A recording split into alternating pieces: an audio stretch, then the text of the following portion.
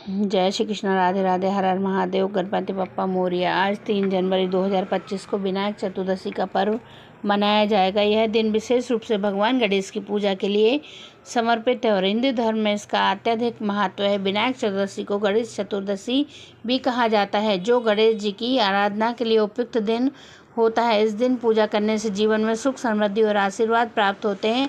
विशेष रूप से यह दिन हर तरह के कष्टों को, विघ्नों को दूर करने के लिए उपयुक्त माना जाता है। तो आइए जानते हैं शुभ मुहूर्त और पूजा विधि।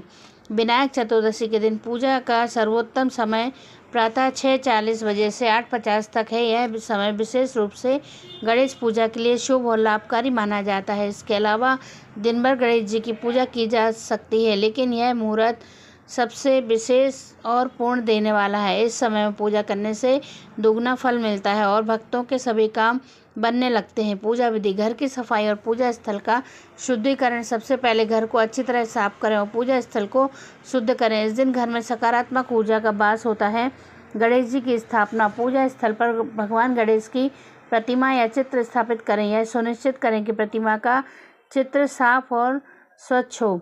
गणेश जी को स्नान कराएं। मूर्ति पर गंगा जल, दूध या पंचामृत, दूध, दही, घी, शहद और चीनी से अभिषेक करें। प्रसाद चढ़ाएं। गणेश जी को उनके प्रिय प्रसाद लड्डू और मोदक चढ़ाएं। ये विशेष रूप से भगवान गणेश को प्रिय है। मंत्र जाप करें।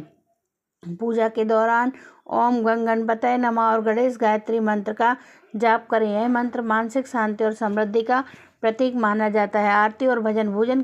पूजा के बाद गणेश जी की आरती का भक्तिपूर्वक भजन करें। इससे घर में सुख, समृद्धि का वास होता है और मानसिक शांति प्राप्त होती है। व्रत और दान। इस दिन व्रत रखें और जरूरतमंदों को लड्डू या अन्य प्रसाद का दान करें। इससे पुण्य की प्राप्ति होती है, दरिद्रता दूर होती है। हिंदी पंचांग के अनुसार हर महीने में 2 गणेश चतुर्थी पड़ती है। शुक्ल पक्ष की चतुर्दशी को विनायक चतुर्दशी के नाम से माना जाता है, जो वही कृष्ण पक्ष की चतुर्दशी संकष्टी चतुर्थी कहलाती है। 3 जनवरी 2025 को विनायक चतुर्थी पड़ रही है। अगर आप विनायक चतुर्थी का व्रत रखते हैं, इस दिन गणपति बप्पा की कृपा पाने के लिए यह पौराणिक कथा जरूर पढ़ें। मान्यताओं के अनुसार कथा पढ़ने या सुनने से सारे कष्ट दूर होते हैं। विनायक चतुर्दशी व्रत कथा। विनायक चतुर्दशी की पौराणिक कथा के अनुसार एक बार शंकर और पार्वती जी और भगवान शिव नर्मदा नदी के तट पर चौपड़ खेल रहे थे। जब खेल में हार जीत का फैसला करने के लिए महादेव ने एक पुतला बनाया और फिर उसकी प्राण प्रतिष्ठा कर दी। फिर भगवान महादेव से बालक को खेल के विजेता का फैसला करने की जिम्मेदारी दी। उस खेल में सहयोग से 3 बार माता पार्वती जीत गईं। जब खेल समाप्त हुआ तो बालक ने महादेव को विजय बताया। बात सुनकर पार्वती को गुस्सा आ गया। उन्होंने बालक को अपाहिज होने का शाप दे दिया। बालक को अपनी गलती का एहसास हुआ। उसने तुरंत माता से क्षमा मांगी। तब माता पार्वती ने बालक से कहा, अब वो शाप तो वापस नहीं लिया जा सकता, लेकिन इसका उपाय जरूर किया जा सकता है। माता पार्वती ने बालक को कहा कि एक दिन यहाँ पर भगवान गणेश की पूजा के लिए नाग कन्याएं आएंगी, तब तुम अपने कहे अनुसार व्रत करना, जिससे तुमको इस श्राप से मुक्ति मिल जाएगी। बालक कई साल तक इस श्राप से जूझता रहा। फिर एक दिन नाग कन्या आई। तब उनसे बालक ने कृष्ण व्रत की विधि पूछी। फिर बालक ने सच्चे मन से भगवान कृष्ण की पूजा की, जिसने प्रश्न होकर भगवान गणेश प्रकट हुए और उन्होंने वरदान मांगने को कहा। बालक ने भगवान गणेश से कहा कि हे भगवान, मुझे इतनी शक्ति दे कि मैं अपने पैरों को चलकर कैलाश पर्वत जा सकूं। भगवान गणेश ने बालक को आशीर्वाद दिया और अंतर्ध्यान हो गए। इसके बाद बालक कैलाश पर्वत पहुंचा और उसने अपने श्राप से मुक्ति की कथा भगवान महादेव को सुनाई। चौपड़ वाले दिन से माता पार्वती भगवान शिव से रुष्ट हो गई थी। तब बालक के अनुसार भगवान शिव ने 21 दिन तक भगवान गणेश का व्रत किया। इस व्रत के प्रभाव से माता पार्वती की नाराजगी दूर खत्म हो गई।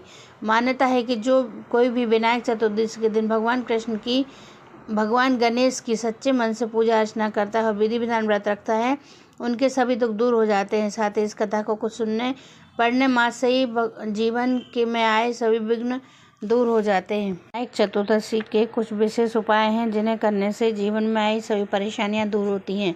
अगर आपको बिजनेस में बहुत कोशिशों के बाद भी आपको मनचाहा लाभ नहीं मिल पा रहा है, तो आज के दिन आपको एक दूर्वा की गांठ लेकर उस पर 11 बार मौली या कलावा लपेटना चाहिए और श्री गणेश भगवान को चढ़ाना चाहिए। आज के दिन ऐसा करने से आपको बिजनेस में मनचाहा लाभ होगा। दूसरा उपाय, अगर आप खेल के क्षेत्र से जुड़े हैं और जीवन में खूब बढ़ना चाहते हैं तो आज के दिन आपको श्री गणेश भगवान के शक्ति नायक गणपति मंत्र का एक माला यानी 108 बार जाप करना चाहिए। मंत्र इस प्रकार है, ओम ह्रीम ग्रीम ग्रीम ह्रीम।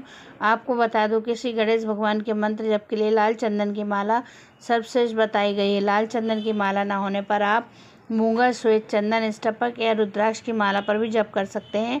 आज के दिन इनमें से किसी भी एक माला पर श्री गणेश भगवान के शक्ति विनायक मंत्र का जप करने से आप खेल के क्षेत्र में खूब आगे बढ़ेंगे। तीसरा उपाय, अगर आप अपने दाम्पत्य जीवन की डोर को मजबूत बनाए रखना चाहते हैं तो आज के दिन आपको एक डिब्बे में थोड़ा सा सिंदूर लेकर उसमें 1 रुपये का सिक्का रखकर श्री गणेश भगवान के चरणों में रखना चाहिए। अपने रिश्ते के लिए भगवान से प्रार्थना करनी चाहिए।